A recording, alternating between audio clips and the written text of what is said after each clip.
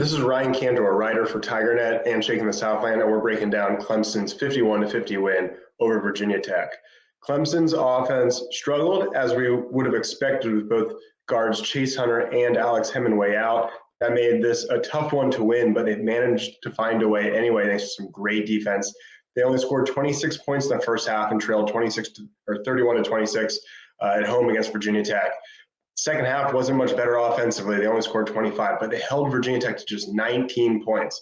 They trailed by 2 with just a couple seconds to go. And then Chauncey Billups.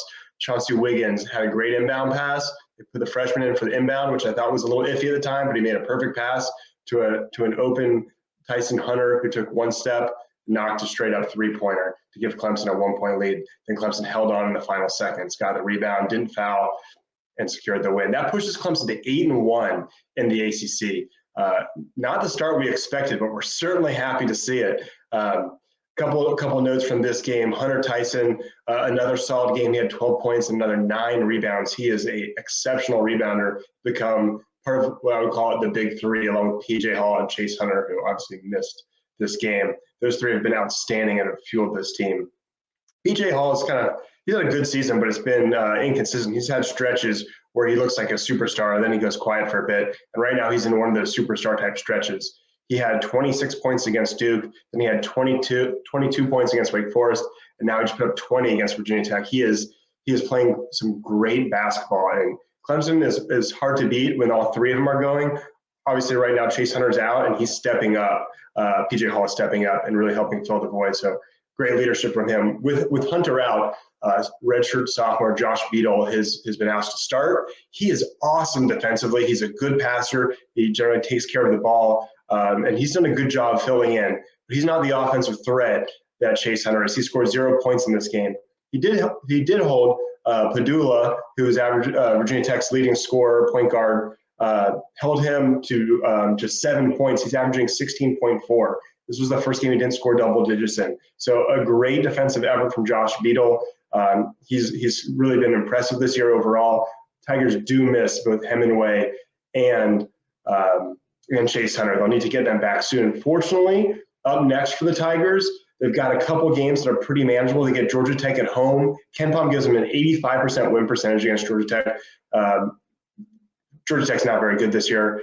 Florida State's on the road, which is always tough, and sometimes it feels like Florida State just has our number at times, but they're not great this year, and Ken Pom gives Clemson a 64% chance to pick up a road win, which is generally tough to do in this conference. Then Clemson goes on the road again after that, but it's to Boston College, is among the worst teams in the conference, maybe aside from Louisville. And Ken Pom gives Clemson a 70% chance to win in that game. So they could pick up those 3 wins, be 11-1, which you would have never predicted coming into the season.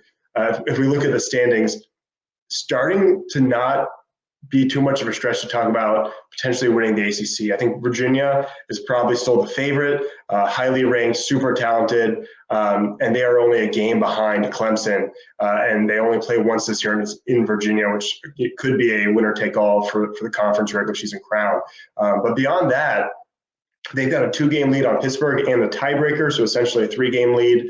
And then Miami will come to Clemson soon, and then North Carolina, where Clemson will have to go. So Clemson doesn't have a huge lead, but they're in the mix, and you could start thinking about a potential ACC championship. I think a more appropriate goal at this point is getting to 15-5 in the ACC. That should be enough to punch a ticket to the NCAA tournament without too much sweat on Selection Sunday. So I think that's goal number 1.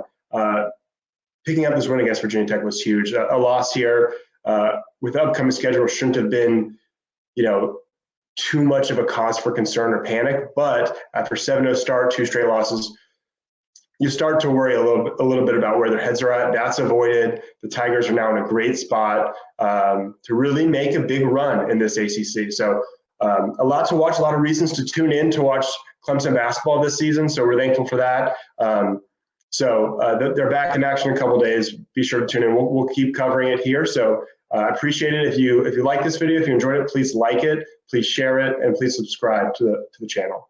Thanks.